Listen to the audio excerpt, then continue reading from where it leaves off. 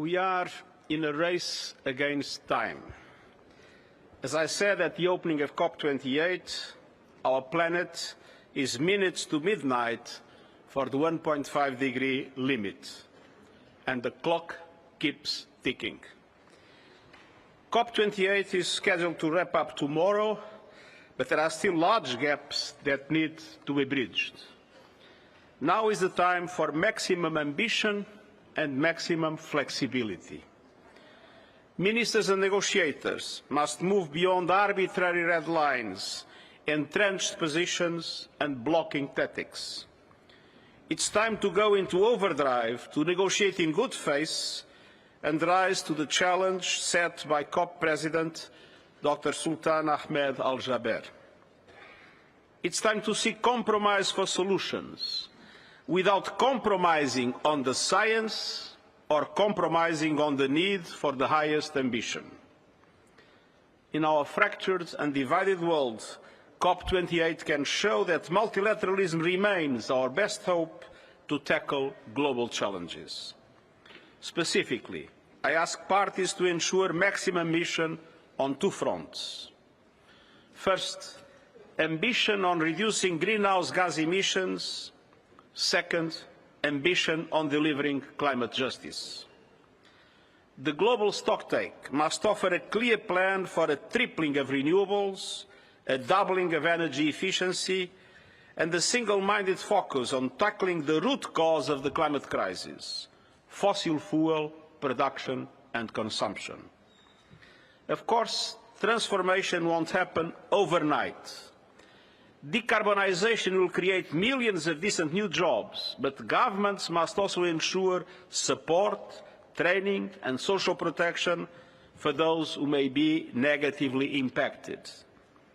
At the same time, the needs of developing countries highly dependent on the production of fossil fuels must also be addressed. But it is essential that the global stocktake recognises the need to phase out all fossil fuels on a time frame consistent with the 1.5-degree limit and to accelerate a just, equitable and orderly energy transition for all. A transition that takes into account the principle of common but differentiated responsibilities and respective capabilities in light of national circumstances, not to reduce ambition, but to combine ambition and equity.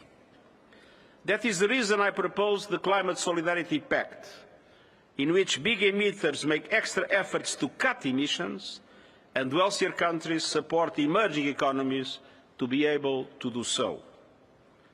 The timelines and targets might be different for countries at different levels of development, but they all must be consistent with achieving global net zero by 2050 and preserving the 1.5-degree goal.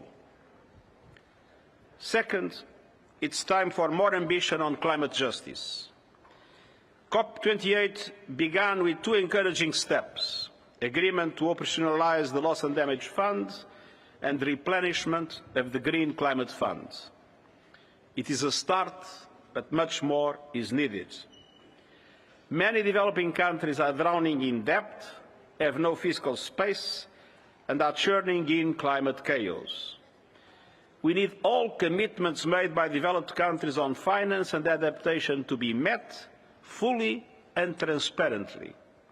And we need increased capital and reform of the business model of multilateral development banks to massively increase direct support and leverage far more private finance at reasonable cost for developing countries' climate action efforts. And we need far more adaptation ambition. COP28 must send clear signals that governments have grasped the scale of the adaptation challenge and that it is a priority not just for developing countries, but the entire world. And I welcome the emerging consensus for a new framework on adaptation with a set of measurable targets to propel action. But a framework without the means of implementation is like a car without wheels. The doubling of adaptation finance to $40 billion by 2025 must be an initial step towards allocating at least half of all climate finance towards adaptation. Looking ahead, the next 2 years are vital. First, to establish a new and meaningful global climate finance goal beyond 2025, reflecting the scale and urgency of the climate challenge. Second, for governments to prepare and present new national climate action plans or nationally determined contributions that are economy-wide, cover all greenhouse gases and are fully aligned with 1.5-degree temperature limits. Governments must leave Dubai with a clear understanding of what is required between now and COP2030 in Brazil. So as we approach the finish line for COP28, my main message is clear. We must conclude COP28 with an ambitious outcome that demonstrates decisive action and a credible plan to keep 1.5 alive and protect those on the front lines of the climate crisis. We can't keep kicking the can down the road. We are out of the road and almost out of time, and I thank you. I will answer two questions. Please, over here, Justin, BBC. Yeah, the mic is coming to you. Justin Roller from the BBC here. Mr. Guterres, if we don't get a commitment to phase out fossil fuels in this deal, does that mean this COP conference has been a failure? Well, the COP covers many aspects, and it depends on the global balance. But a central aspect, in my opinion, of the success of the COP will be for the COP to reach a consensus on the need to phase out fossil fuels in line with a time framework that is in line with the 1.5 degree limit. That doesn't mean that all countries must phase out fossil fuels at the same time. The principle of common differentiated responsibility is applied. But it means that globally, the phase-out of fossil fuels need to be compatible with net zero in 2050 and with the limit of 1.5 degrees in temperature rise. We're going to CABC News over here.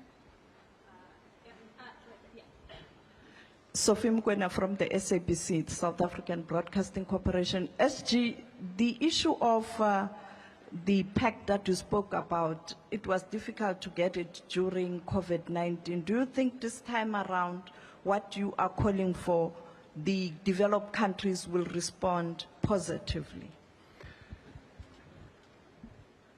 Let's be clear. One of the things that is essential is that all commitments made by developed countries need to be transparently implemented. But we will not solve the problems of equity in relation to climate only with climate finance.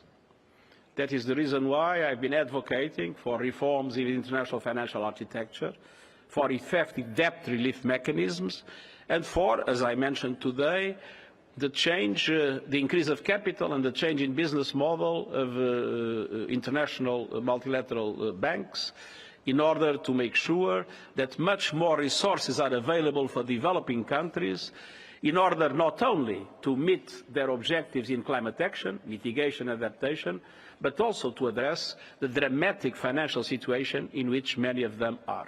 We cannot separate things. Of course, we cannot expect the COP to solve all the financial problems of developing countries in the world, but it's important that the COP gives a strong signal that those problems, beyond the strict problems of climate finance, that those problems need to be addressed. Thank you very much.